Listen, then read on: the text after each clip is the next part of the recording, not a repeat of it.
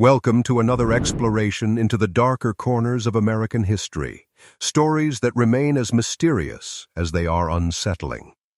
Before we begin, take a moment to let us know in the comments where you're watching from and what time of day or night this narration has reached you. It's always intriguing to see how far these accounts travel and when they find their audience. With that said, let's journey back into the past. The creepy story of Abigail Cole, the bride buried alive. Deep in the heart of the Missouri Ozarks, where ancient limestone bluffs cast long shadows over valleys shrouded in perpetual mist, there exists a story that has haunted the mountain folk for over a century. It's a tale whispered around flickering campfires, passed down through generations like a cursed heirloom, growing more chilling with each telling. This is the story of Abigail Cole, a young bride whose wedding day became her funeral, and whose grave may have been dug while her heart still beat. The year was 1898, and the Ozark Mountains stood as one of America's last frontiers, a place where civilization seemed to stop at the tree line, and something far older took hold. Here, among the twisted oaks and limestone caves, superstition and reality blurred like morning fog over a creek bed. And it was here that Abigail Cole would meet a fate so terrifying that it would echo through the hills for generations to come. But before we delve into the darkness that consumed this young woman's life, we must first understand the world she inhabited. A world where the line between life and death was thinner than most people dared to imagine, and where the earth itself seemed to hunger for the living. The Missouri Ozarks of 1898 were a land forgotten by time, a rugged wilderness where ancient mountains rolled like sleeping giants across the landscape. These weren't the soaring peaks of the Rockies or the Blue Ridge, but something far more primordial, worn down by millennia into a maze of hollows, ridges, and secret places where the sun barely touched the forest floor. Springfield, Missouri, served as the region's reluctant gateway to civilization, a bustling railroad town that marked the boundary between the modern world and the mysterious realm of the mountain folk.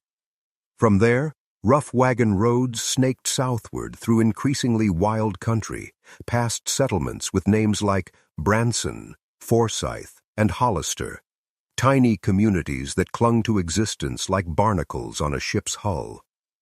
The landscape itself seemed designed to keep secrets. Massive limestone formations jutted from the earth like the bones of some prehistoric creature, riddled with caves that plunged into impenetrable darkness. Marvel Cave, already known to local inhabitants as a gateway to the underworld, yawned open near what would one day become the tourist destination of Branson. But in 1898, few dared venture into its depths, for the mountain folk knew that some places were better left unexplored. The people who called these mountains home were a hardy breed, descendants of Scots-Irish settlers who had pushed westward seeking land and independence. They lived in log cabins perched on hillsides, scratching out a living from thin soil and thick forests. Isolation had bred self-reliance, but it had also preserved older beliefs, superstitions carried across an ocean and transformed by the mysterious power of the Ozark landscape. Here, a screech owl's call foretold death, and finding a bird in your house meant someone in the family would soon pass. Children wore bags of asafoetida around their necks to ward off disease, while their mothers consulted almanacs and moon phases for everything from planting crops to cutting hair. The old ways ran deep in these hills, and death, always lurking just beyond. The firelight was treated with a mixture of reverence and terror. In this world of ancient fears and modern uncertainties, medical knowledge remained primitive at best. Doctors were scarce, often days away by horseback over treacherous mountain trails. When illness struck, families relied on folk remedies, prayer, and hope. Sometimes, tragically, They relied on their own judgment about when life had fled, a judgment that wasn't always correct. The phenomenon of catalepsy, a condition that could mimic death so perfectly that even experienced physicians might be fooled, was little understood. Victims could fall into trances so deep that their breathing became imperceptible, their pulse faint as a whisper. In an age before modern medical equipment, before stethoscopes were common in rural areas, the distinction between death and deep unconsciousness often rested on the fallible observations of grief-stricken family members. This was the world that shaped Abigail Cole, a world where the boundary between life and death was as thin and treacherous as mountain ice in spring. And it was here, among these superstitious hills and isolated hollows, that her story would unfold, a story that would force an entire community to confront their deepest fears about what lay beyond the grave. Into this landscape of mystery and superstition was born Abigail May Cole on a crisp October morning in 1876. She entered the world in a modest log cabin nestled in a hollow near the White River, where the morning mist clung to the water like spirits reluctant to depart. Her father, Samuel Cole, was a man of the mountains, weathered and taciturn, with hands like gnarled oak roots from years of coaxing crops from stubborn soil. Her mother, Mary Elizabeth, possessed the quiet strength common to Ozark women, capable of delivering a baby at dawn and cooking for a dozen farmhands by noon. From her earliest days, Abigail displayed an unusual vitality that seemed to illuminate the modest cabin like captured sunlight. Her laughter echoed through the hollow, drawing smiles from even the most stoic neighbors. She possessed what the mountain folk called the gift, an almost supernatural ability to sense the moods and needs of those around her. Animals gravitated toward her, and even the wildest creatures would emerge from the forest to eat from her small hands. As she grew, Abigail's beauty became legendary throughout the region. Her hair caught light like spun gold, and her eyes held the deep blue-green of Ozark Springs. But it wasn't merely her physical appearance that drew people to her. It was something deeper, an inner radiance that seemed to defy the harsh realities of mountain life. In a world where hardship often carved lines of premature aging into young faces, Abigail bloomed like a wildflower in rich soil. The Cole family, while not wealthy by any measure, commanded respect in their community.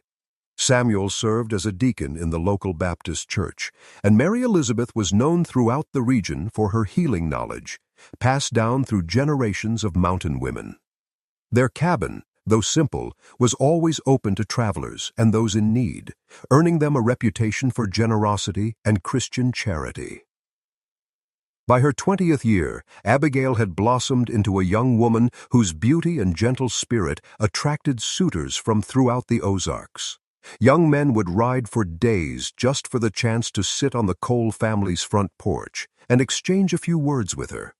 Yet despite the attention, Abigail remained remarkably humble, treating each visitor with the same kindness she showed to family. It was during the summer of 1897 that Thomas Whitmore first appeared at the Cole cabin. He arrived on horseback one Sunday afternoon, claiming to be passing through on business. But the way his eyes lingered on Abigail as she served him cool water from the well suggested other motives. Thomas cut an impressive figure, 25 years old, well-dressed by mountain standards, with the bearing of a man accustomed to respect and authority. He claimed to own property near Forsyth and spoke of plans to establish a general store that would serve the growing communities along the White River. His manners were polished, his conversation engaging, and his interest in Abigail unmistakable. Within weeks, he had become a regular visitor to the Cole household, always arriving with small gifts: ribbons from Springfield, books from St. Louis, delicate trinkets that spoke of a world beyond the mountains. Samuel Cole initially approved of the young man's attention to his daughter. Thomas displayed proper respect for their family traditions and seemed genuinely devoted to Abigail's welfare. He attended church services, contributed generously to community needs, and spoke eloquently of his desire to provide Abigail with the comfortable life she deserved. Yet something about Thomas Whitmore troubled the more perceptive members of the community. His stories about his background varied slightly with each telling, and no one could verify his claims about property ownership or business ventures.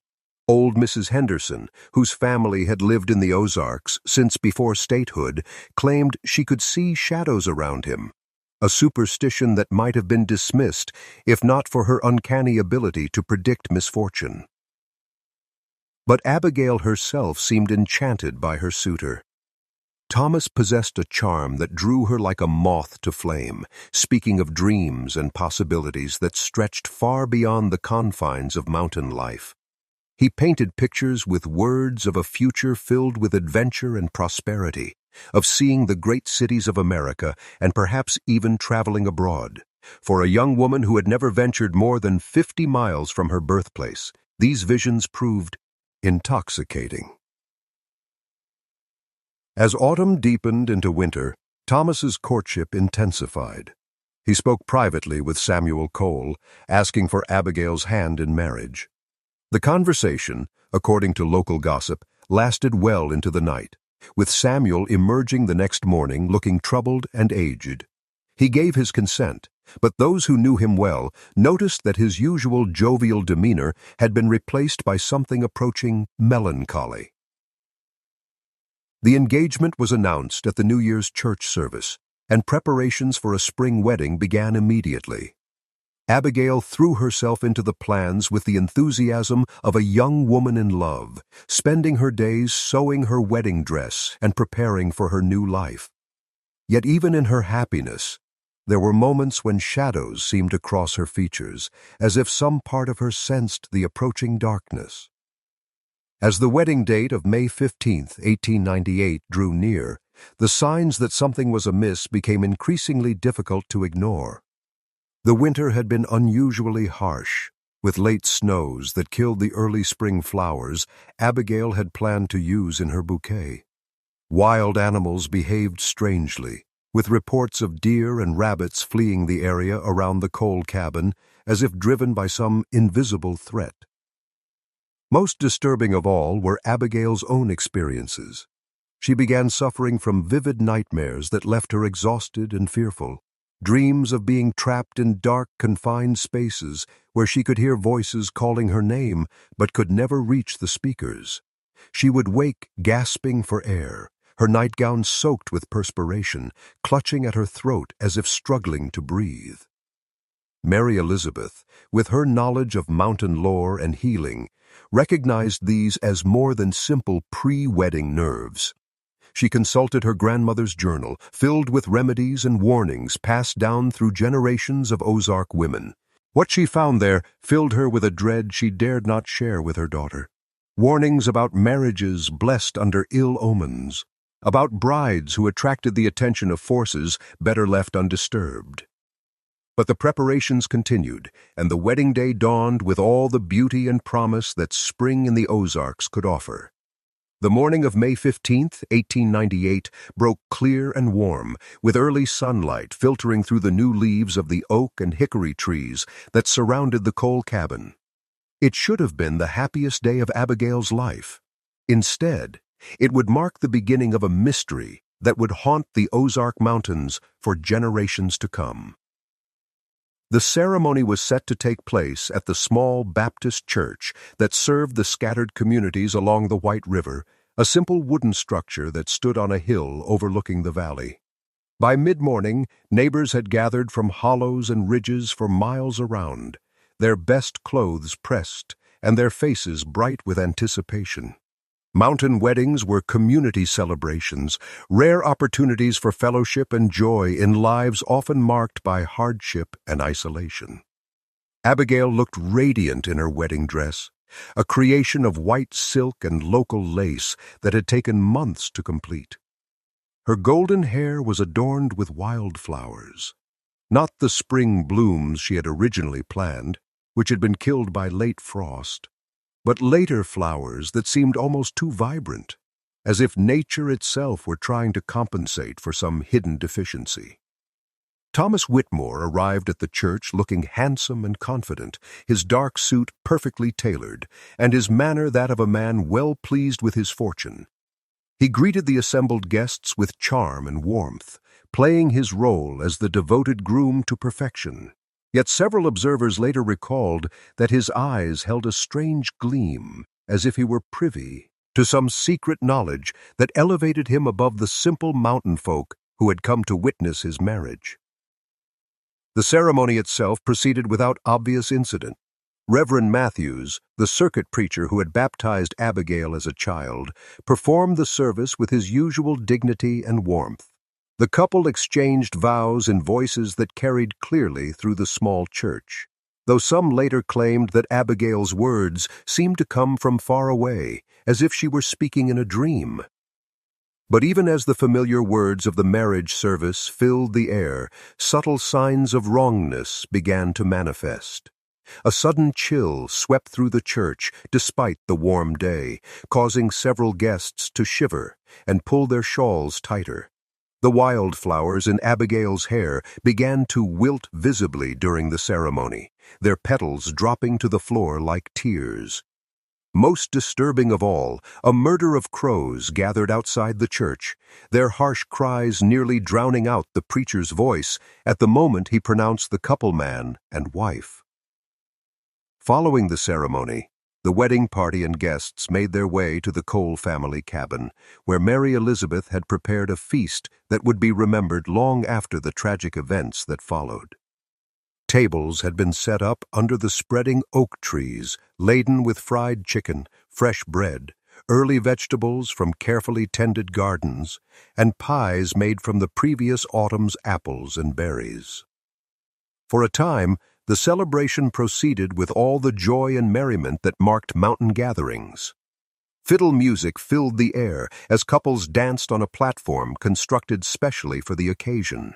Children ran between the tables, their laughter mixing with the conversations of their elders.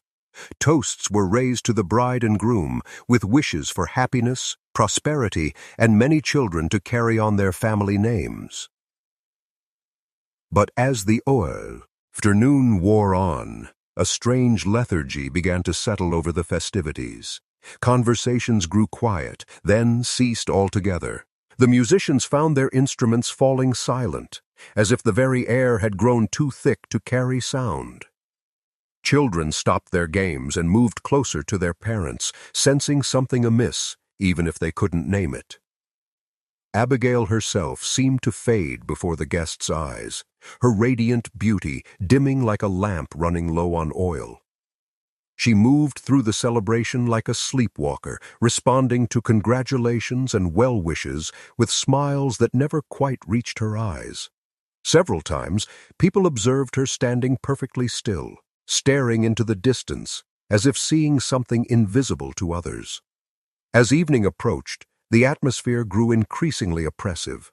A bank of dark clouds had gathered on the western horizon, though the weather had been predicted to remain clear. The air grew heavy and still, with that peculiar quality that often precedes violent storms in the mountains. Animals throughout the valley fell silent, and even the ever-present insect chorus that usually marked Ozark evenings was notably absent. It was then that Abigail Cole, the radiant bride who had been the center of attention all day, simply vanished. One moment she was standing near the refreshment table, accepting congratulations from a group of elderly women. The next, she was gone, as if the earth itself had swallowed her whole. The discovery of her absence came gradually, in the way that understanding sometimes dawns slowly in the human mind. Thomas Whitmore was the first to voice concern, asking guests if they had seen his new wife. Initial searches of the cabin and immediate surroundings revealed nothing. Calls of Abigail echoed through the hollow, growing more desperate as the minutes passed without response. As full darkness fell and torches were lit to aid in the search, the terrible reality began to sink in. The bride had vanished on her wedding night, leave, behind only questions and a growing sense of dread that would poison the mountain air for years to come. The search for Abigail Cole began in earnest as the first stars appeared in the darkening sky above the Ozark Mountains. What had started as casual concern among wedding guests quickly transformed into organized urgency as the reality of her disappearance became undeniable. Neighbors who had been celebrating moments before now spread out across the rough terrain, calling her name into the darkness that seemed to swallow their voices like a hungry void. Samuel Cole led one search party along the creek that wound through the hollow behind his cabin, his weathered face grim with determination and growing fear. The creek, normally a gentle presence that provided water for the family's needs, now seemed ominous in the torchlight, its burbling voice almost mocking their desperate calls. Every shadow might conceal his daughter. Every rustle in the underbrush might signal her presence or her peril. Thomas Whitmore organized another group to search the ridgelines and game trails that crisscrossed the mountainside. His behavior struck some observers as oddly composed for a man whose bride had vanished on their wedding night. While others shouted themselves hoarse, calling Abigail's name, Thomas conducted his search with methodical precision, as if following some predetermined plan rather than responding to panic and desperation. The most disturbing aspect of the search was the complete absence of clues. Abigail had simply vanished, leaving no torn fabric on thorns, no footprints in the soft earth around the cabin, no indication of the direction she might have taken. It was as if she had been lifted from the earth by invisible hands, transported to some realm beyond the reach of mortal searchers. As the night wore on, theories began to emerge among the searchers. Some suggested that Abigail, overwhelmed by the stresses of her wedding day, had suffered some kind of mental breakdown and wandered off in confusion. Others whispered of more sinister possibilities, that she had been taken by someone with evil intentions, or that supernatural forces had claimed her for reasons beyond human understanding. Old Mrs. Henderson, who had long harbored suspicions about Thomas Whitmore, voiced what many were thinking, but few dared say, that the groom himself might know more about his bride's disappearance than he was revealing. Her accusations fell on receptive ears among those who had noticed Thomas's unusual calm in the face of catastrophe. The search continued through the night and into the next day, with parties of men combing every cave, every hollow, every possible hiding place within miles of the Cole cabin. Marvel Cave, that mysterious opening into the earth's depths, received particular attention, though searchers who descended into its initial chambers reported no sign of the missing bride. Word of Abigail's disappearance spread rapidly through the scattered communities of the Ozarks, carried by riders who urged their horses along treacherous mountain paths to spread the news. Within days, volunteers had arrived from as far away as Springfield, drawn by the mystery and the tragic fate of a young woman who had become legendary for her beauty and kindness. Among those who took interest in the case were representatives of law enforcement, though the concept of professional police work remained foreign to much of the Ozark region. The nearest sheriff was based in the county seat, more than a day's ride away, and his deputies were few and far between in the rugged mountain country. However, the name of Bass Reeves, the legendary deputy U.S. Marshal, began to surface in conversations among the searchers and investigators. Reeves, one of the first black deputy marshals west of the Mississippi, had built a reputation that stretched across the frontier for his ability to track down fugitives and solve seemingly impossible cases. While the federal jurisdiction that employed Reeves might not technically extend to a simple missing person case, his reputation as a man who could find anyone, anywhere, made him a figure of hope for the desperate families and friends of Abigail Cole. Local authorities, such as they were, began gathering witness statements and attempting to piece together a timeline of Abigail's disappearance. The results were frustratingly vague and contradictory. Some guests claimed to have seen her near the refreshment table as late as sunset.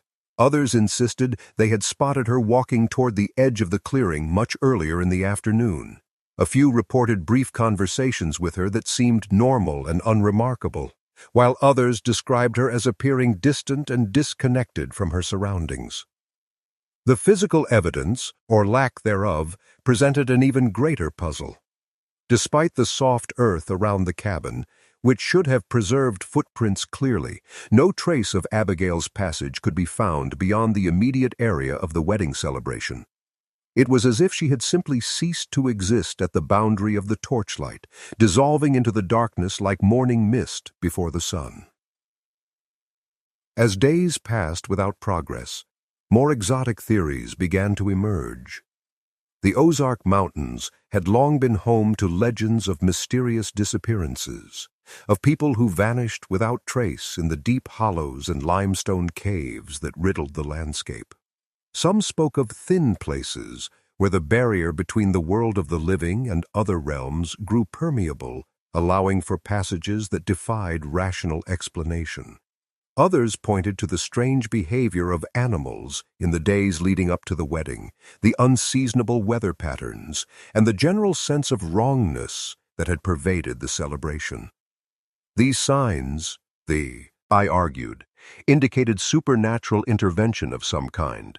Perhaps Abigail had been claimed by forces that existed beyond human understanding or control. The most disturbing theory of all began to take shape as the search entered its second week. A local woman named Sarah Mitchell, known for her skill in preparing the dead for burial, made an observation that chilled everyone who heard it. She noted that Abigail's behavior on her wedding day had reminded her of cataleptic patients she had encountered, people who appeared to be dead but were actually in states of deep unconsciousness that could be mistaken for death. This possibility that Abigail might have suffered some kind of cataleptic episode and been mistaken for dead opened up scenarios too horrible to contemplate. If she had been buried alive, if she had awakened in the darkness of a grave to find herself trapped beneath the earth, the thought was enough to drive strong men to tears and sleepless nights. But where was the grave? No burial had taken place. No body had been found. If someone had discovered what they believed to be Abigail's remains and interred them secretly, they had done so without leaving any trace that the increasingly desperate searchers could find. As the investigation dragged on, relationships within the community began to strain under the pressure of suspicion and fear. Thomas Whitmore found himself under increasing scrutiny, his every word and action analyzed for signs of guilt or hidden knowledge. His continued calm in the face of his bride's disappearance struck many as unnatural, though others argued that people respond to trauma in different ways. The Cole family, devastated by their daughter's disappearance, began to withdraw from their neighbors and friends. Samuel's health visibly declined, and Mary Elizabeth was often seen walking the hills around their cabin, calling Abigail's name in a voice grown hoarse from constant use. The vibrant community spirit that had marked the wedding celebration had been replaced by an atmosphere of suspicion, fear, and growing despair. The investigation into Abigail Cole's disappearance would eventually draw the attention of authorities far beyond the isolated communities of the Ozark Mountains. As news of the case spread through Missouri and beyond, it attracted the interest of journalists, investigators, and curiosity seekers who descended upon the region like vultures drawn to carrion. Among those who took a professional interest in the case was Deputy U.S. Marshal Bass Reeves, the legendary lawman whose reputation for solving impossible cases had made him a figure of almost mythical proportions throughout the frontier. Reeves, a former slave who had become one of the most effective law enforcement officers in American history, possessed investigative skills that had been honed by decades of tracking dangerous fugitives through some of the most challenging terrain in the country. While the disappearance of a young bride might not typically fall under federal jurisdiction, The growing suspicion that foul play was involved, combined with rumors that Thomas Whitmore might have crossed state lines with evidence of his crimes, provided Reeves with the legal justification he needed to involve himself in the case. His arrival in the Ozark Mountains in early June 1898 brought with it a new level of professional competence that the local investigation had sorely lacked. Reeves began his investigation by interviewing every person who had attended the wedding, recording their statements with a precision and thoroughness that impressed even skeptical mountain folk. His reputation for honesty and fairness, combined with his obvious skill as an investigator, gradually overcame the initial suspicion that some residents felt toward any representative of federal authority. The picture that emerged from these interviews was troubling and contradictory. While most guests described Abigail as having appeared happy and radiant during the early part of her wedding day, a significant number noted changes in her behavior as the day progressed. Several witnesses reported that she had seemed increasingly distant and disconnected, as if her mind were focused on something far removed from the celebration around her. More significantly, Reeves uncovered details about Thomas Whitmore that had been overlooked or dismissed by earlier investigators. The groom's stories about his background and business interests contained inconsistencies that became more apparent under Reeves's methodical questioning. Property records showed no evidence of land ownership near Forsyth, and inquiries to merchants in Springfield revealed no knowledge of anyone matching Whitmore's description, making the kinds of large purchases that would be necessary to establish a general store. Most damning of all was the discovery that Thomas Whitmore was not the man's real name. Through careful investigation and the use of contacts throughout the region, Reeves determined that the groom was actually Thomas Wickham, a man with a history of fraud and questionable dealings with women throughout Missouri and Arkansas. This revelation cast an entirely new light on Abigail's disappearance and suggested motives that went far beyond simple domestic tragedy. But even as the investigation into Thomas Wickham's background proceeded, the central mystery remained unsolved. Where was Abigail Cole? Despite extensive searches and increasingly sophisticated investigative techniques, no trace of the missing bride had been found. Her fate remained as mysterious as it had been on the night she vanished from her own wedding celebration. It was during this period of intensive investigation that the first reports of supernatural phenomena began to surface. Residents of the area around the Cole cabin reported strange lights moving through the forest at night, flickering like candles carried by invisible hands. Others claimed to hear a woman's voice calling from the deep as of the earth, a sound so faint and distant that it might have been nothing more than wind through the limestone caves that honeycombed the mountains. These reports might have been dismissed as products of overwrought imaginations, if not for their consistency and the credibility of some of the witnesses. Samuel Cole himself reported hearing his daughter's voice calling to him from somewhere beneath the ground near their cabin, a sound that filled him with such terror that he was unable to return to the spot alone. Bass Reeves, despite his reputation as a practical and rational man, took these reports seriously enough to investigate them personally. His experience in the frontier territories had taught him that seemingly supernatural phenomena often had natural explanations, but he had also learned not to dismiss anything without thorough investigation. The marshal's exploration of the cave systems near the Cole cabin revealed a network of limestone passages that extended far deeper into the earth than anyone had previously suspected. Marvel Cave, already known as a significant underground feature, proved to be connected to a vast system of tunnels and chambers that stretched for miles beneath the Ozark Mountains.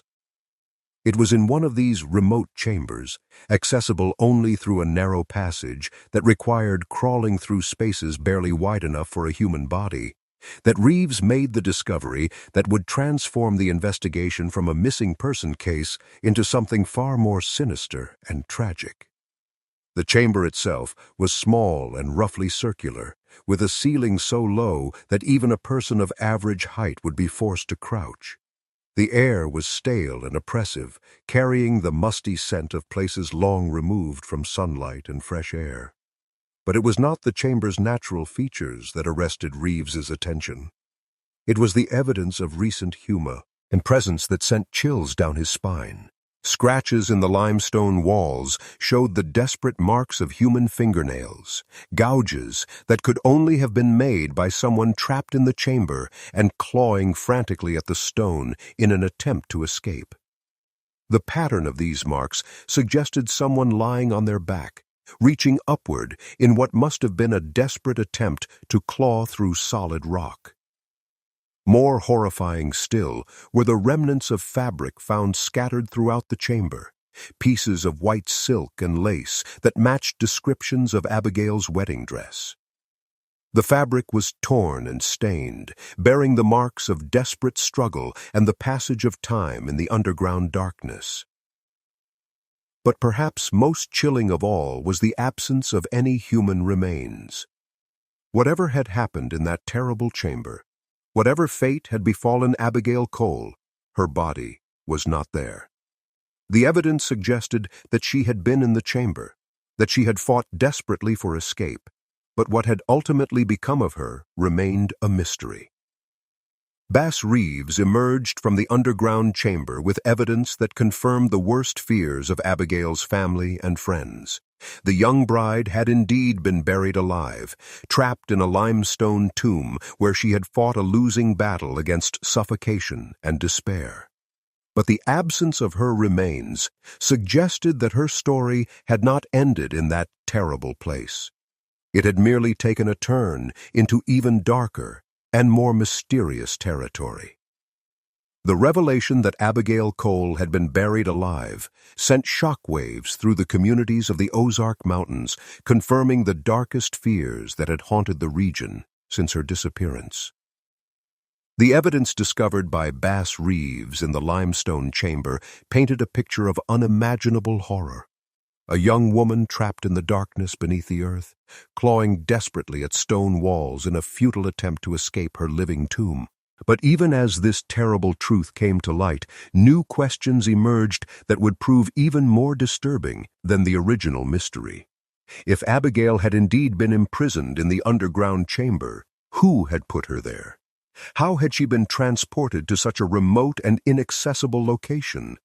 And most mysteriously of all, what had happened to her body?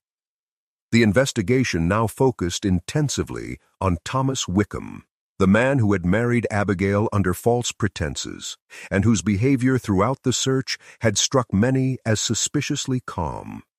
Under questioning by Bass Reeves, Wickham's carefully constructed facade began to crumble, revealing glimpses of a much darker personality beneath the charming exterior he had presented to the mountain community.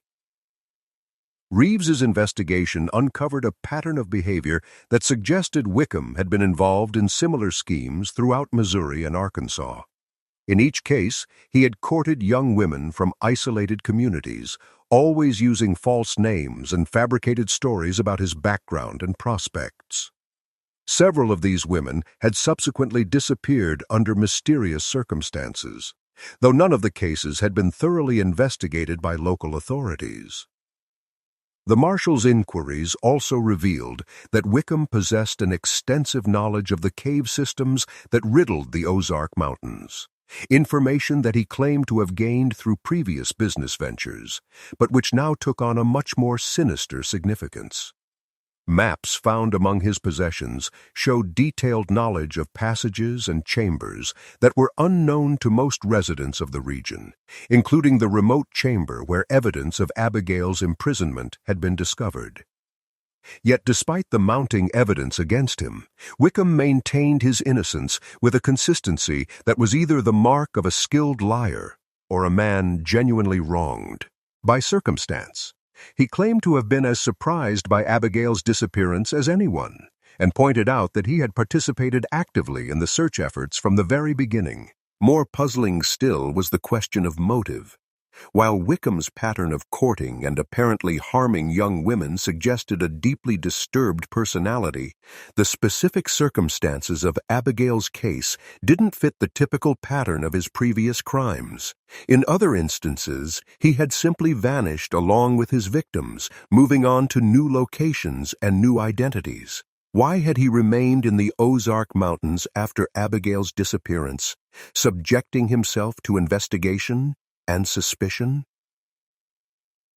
The mystery deepened further when additional evidence came to light that suggested Abigail's ordeal in the limestone chamber might not have been fatal. Analysis of the scratches on the walls indicated that they had been made over an extended period, possibly days or even weeks.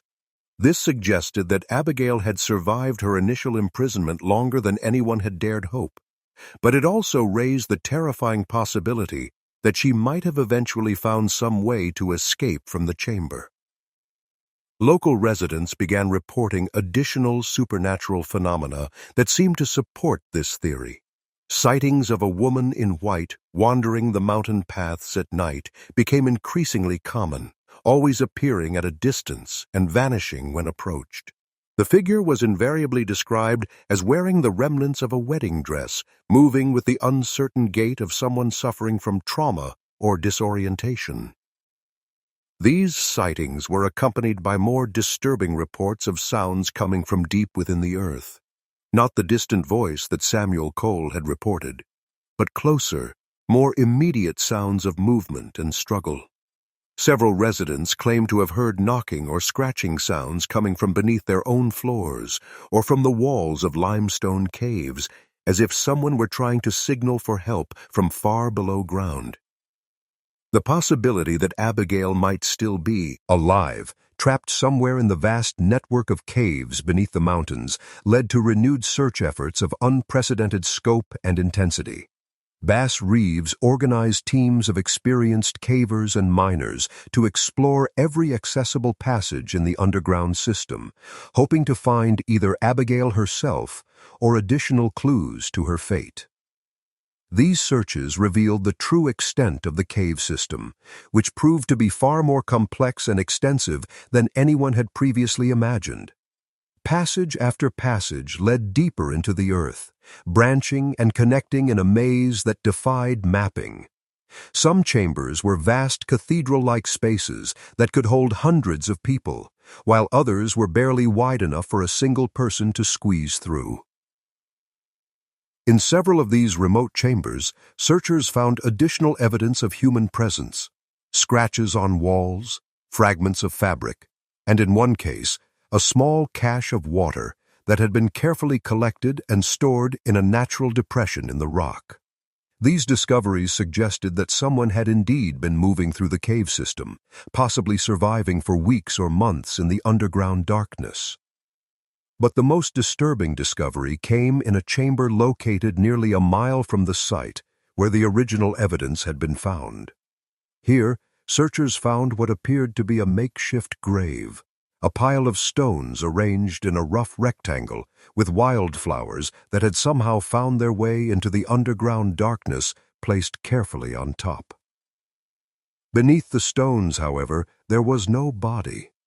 The grave was empty, as if it had been prepared for someone who had never arrived, or as if its occupant had somehow departed after burial.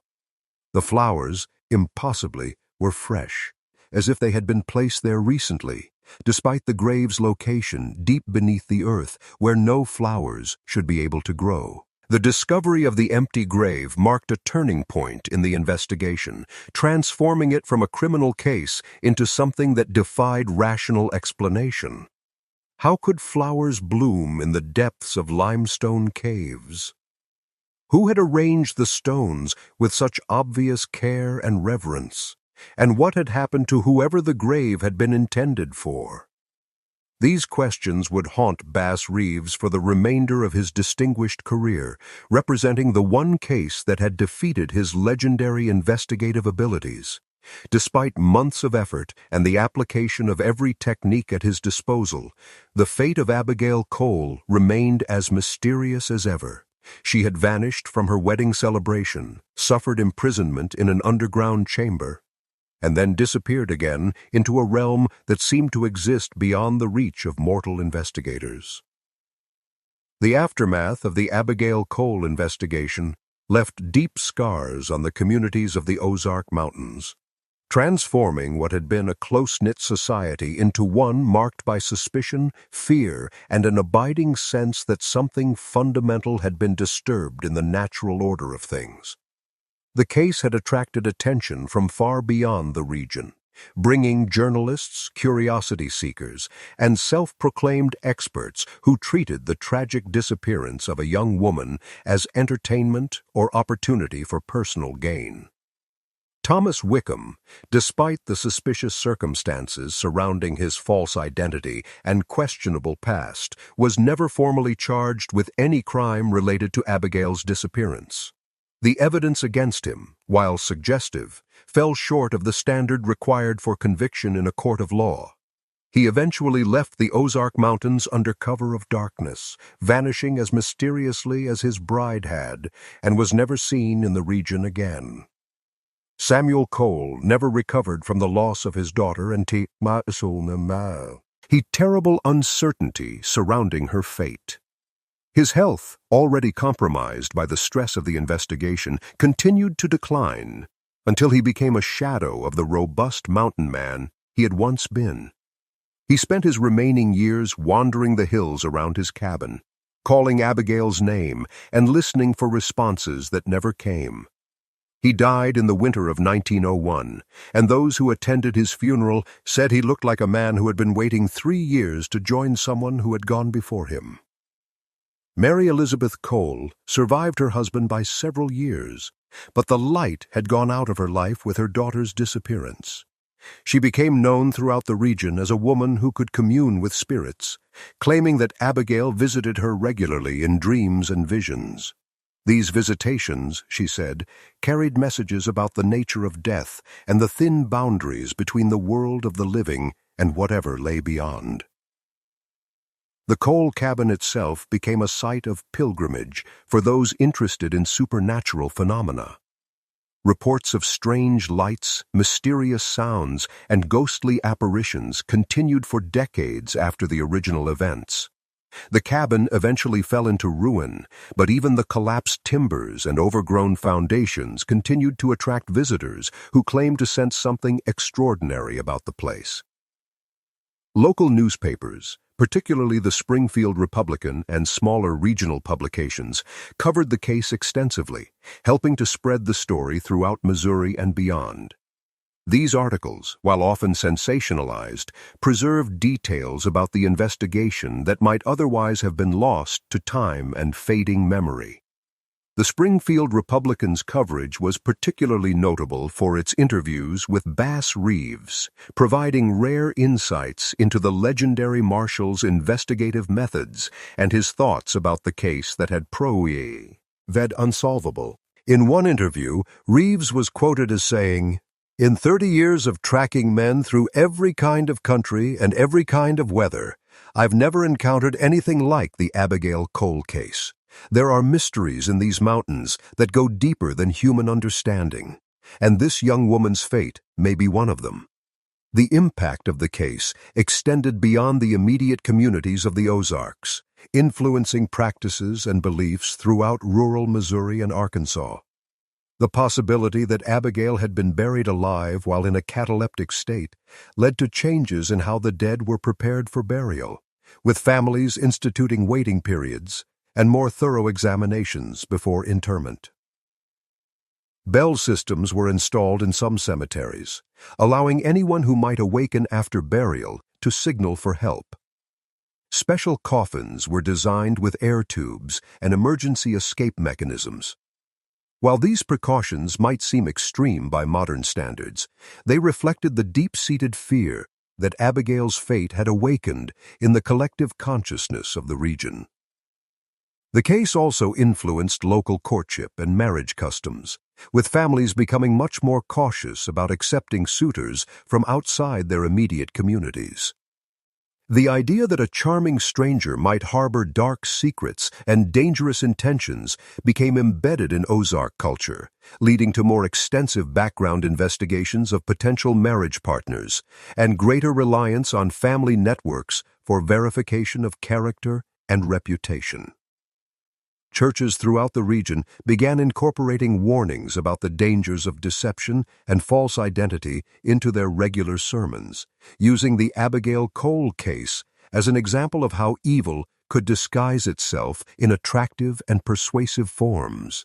These sermons helped ensure that the story remained alive in community memory, passed from generation to generation, as both cautionary tale and unsolved mystery.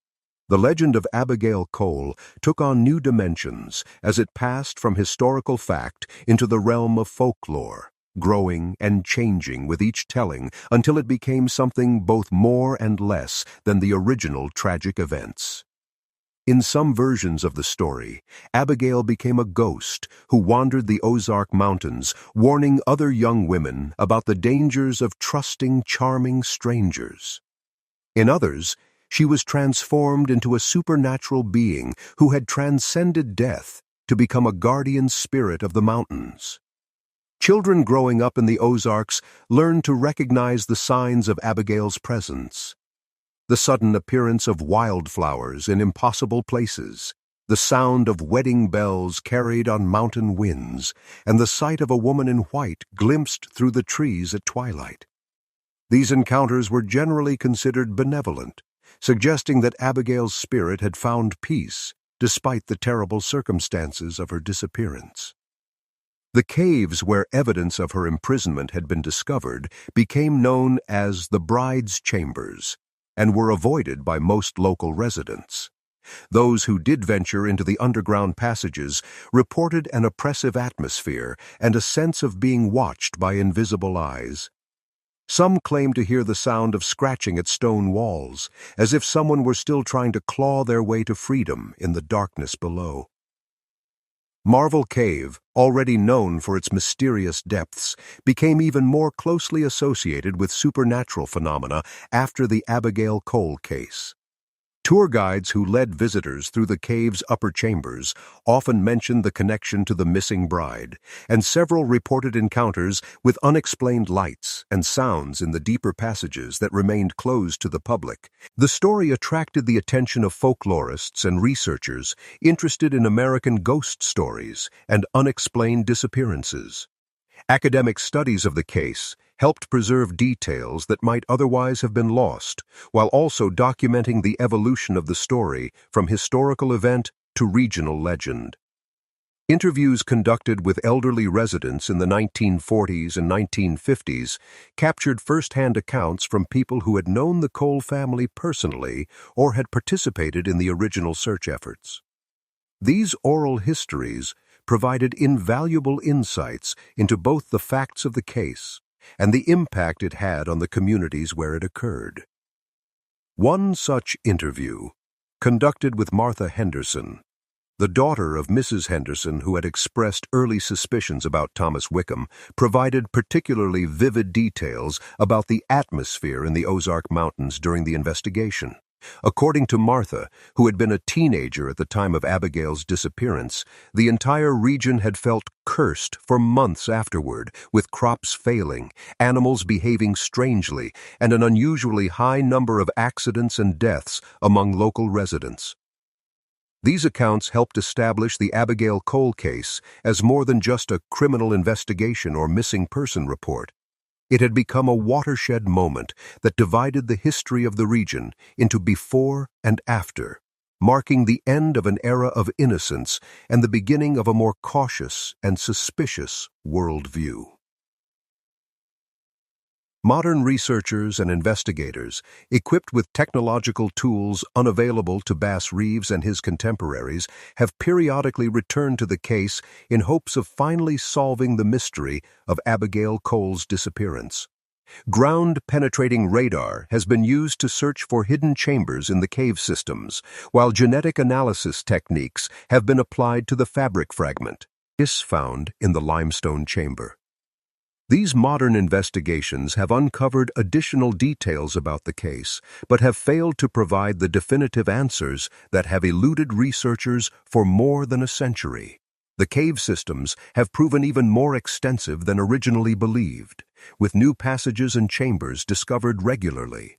Some of these areas show evidence of human presence dating back to the time of Abigail's disappearance, but none have yielded her remains or definitive proof of what ultimately became of her. The question of whether Abigail Cole survived her imprisonment in the limestone chamber, and if so, what happened to her afterward, remains one of the most enduring unsolved mysteries in Missouri history. The evidence suggests that she lived longer than initially believed, possibly escaping from her underground prison only to face some other unknown fate in the wilderness of the Ozark Mountains. Psychic investigators and paranormal researchers have also been drawn to the case, claiming to have made contact with Abigail's spirit through seances and other supernatural means. While these claims cannot be verified through conventional investigative methods, they have added another layer to the legend and helped ensure that the story continues to capture imaginations more than a century after the original events. The empty grave discovered by Bass Reeves remains one of the most puzzling aspects of the entire case. No conventional explanation has ever been proposed for its existence, the fresh flowers found there, or the careful arrangement of stones that marked its location. Some researchers have suggested that the grave was prepared by Abigail herself during her time in the caves, perhaps in anticipation of her own death, while others believe it was created by some unknown person who discovered her fate and wished to memorialize her passing. As we reflect on the haunting story of Abigail Cole, we are confronted not only with an unsolved mystery that has persisted for more than a century, but with deeper questions about the nature of truth, the limits of human knowledge, and the thin boundaries that separate the explainable from the unknowable. Her story forces us to confront our most primal fears, the fear of being buried alive, the fear of deception by those we trust, and the fear that some mysteries may be beyond human comprehension. The case represents a convergence of several disturbing elements that continue to resonate in our collective consciousness. The concept of premature burial, which terrified previous generations and led to the invention of safety coffins and waiting mortuaries, found its most dramatic expression in Abigail's apparent fate. The evidence suggests that this young woman, who should have been beginning the happiest chapter of her life, instead found herself trapped in a living nightmare that few people could imagine surviving.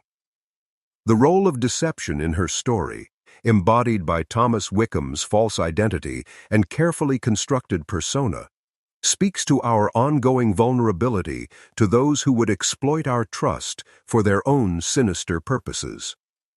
In an age when personal backgrounds could not be easily verified, when communication over long distances was slow and unreliable, the opportunities for such deception were far greater than they are today.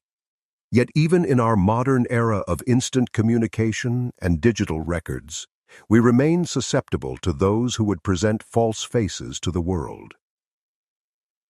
Perhaps most disturbing of all is the supernatural dimension that surrounds Abigail's story, the suggestion that her fate transcended the boundaries of normal human experience and entered a realm where conventional logic no longer applies.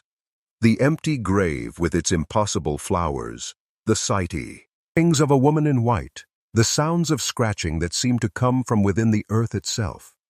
These elements transform her story from a straightforward criminal case into something that challenges our understanding of reality itself. Bass Reeves, the legendary lawman whose investigative skills had never before failed him, found himself confronted with evidence that seemed to point beyond the natural world into territories that his rational mind could not fully accept. His inability to solve the case represented more than professional frustration. It was an encounter with the limits of human knowledge and the persistence of mystery in a world that seemed increasingly explicable through science and reason. The impact of Abigail's story on the communities of the Ozark Mountains demonstrates how a single traumatic event can reshape an entire culture's worldview. The changes in burial practices, marriage customs, and social behaviors that followed her disappearance show how deeply her fate penetrated the collective consciousness of the region. Her story became a lens through which subsequent events were interpreted, a reference point for understanding other mysteries and tragedies. The transformation of her story from historical event to regional legend illustrates the human need to find meaning in inexplicable events, to create narratives that provide some form of understanding, even when definitive answers remain elusive. As the decades passed and memory faded, the story evolved to serve the needs of each new generation, sometimes as cautionary tale, sometimes as ghost story, always as a reminder that there are forces in the world that resist our attempts to catalog and control them. Modern attempts to solve the mystery using advanced technology and investigative techniques have yielded new information, but not the closure that family descendants and researchers have sought. The discovery of additional cave passages and chambers has only expanded the scope of the mystery, suggesting that the underground world where Abigail met her fate is even more complex and extensive than anyone originally realized. The persistence of supernatural phenomena reported in connection with the case, sightings, sounds, and unexplained occurrences that continue to this day, suggests that whatever happened to Abigail Cole has left an indelible mark on the landscape itself. Whether these phenomena represent genuine supernatural activity or psychological responses to a compelling legend, they ensure that her story remains alive in ways that purely historical accounts cannot achieve. As we consider the various theories and possibilities that have been proposed over the years, we must acknowledge that the truth about Abigail's fate may be more complex and disturbing than any single explanation can encompass. The evidence suggests a sequence of events that began with deception and betrayal, continued through unimaginable suffering, and concluded in ways that may forever remain beyond human understanding. The question of whether she survived her imprisonment, escaped into the wilderness, and lived out some unknown existence in the caves and forests of the Ozarks remains tantalizingly possible. The evidence of extended survival in the limestone chamber, the empty grave with its careful arrangement and impossible flowers, and the continued reports of supernatural encounters all suggest that her story may not have ended with her disappearance from the wedding celebration. If she did survive, what manner of existence might she have lived in the hidden places of the mountains? Cut off from human society, traumatized by her experiences, possibly injured or disfigured by her ordeal, the possibilities are almost too terrible to contemplate. Yet they must be considered if we are to understand the full scope of the tragedy that befell this young woman whose only crime was to trust in the promise of love and happiness. The empty grave may represent the most profound mystery of all, suggesting as it does that someone or something took care to commemorate Abigail's passing even if her body was never found. The fresh flowers that defied every natural law by blooming in the darkness deep beneath the earth speak to a presence that transcends ordinary understanding, whether human or supernatural in origin. The story of Abigail Cole ultimately transcends the boundaries of any single genre or category of human experience. It is simultaneously a crime story, a supernatural tale, a historical mystery, and a profound meditation on the nature of loss and the persistence of memory. It challenges us to consider what we truly know about the world we inhabit, and forces us to acknowledge that some questions may be more important than their answers.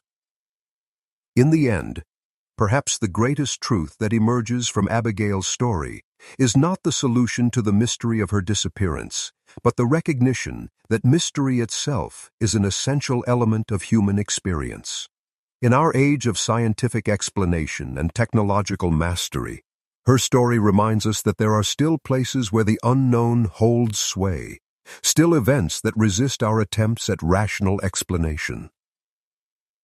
The bride who vanished on her wedding night, who may have clawed her way out of a living tomb only to disappear again into realms beyond human knowledge, continues to haunt the Ozark Mountains not merely as a ghost story or historical curiosity, but as a profound reminder that the world retains its capacity to astonish, terrify, and mystify us in ways that no amount of investigation can fully illuminate. Her story endures because it speaks to fundamental aspects of the human condition, our vulnerability to deception, our fear of premature death, our need to find meaning in tragedy, and our willingness to believe that love and beauty can transcend even the darkest circumstances.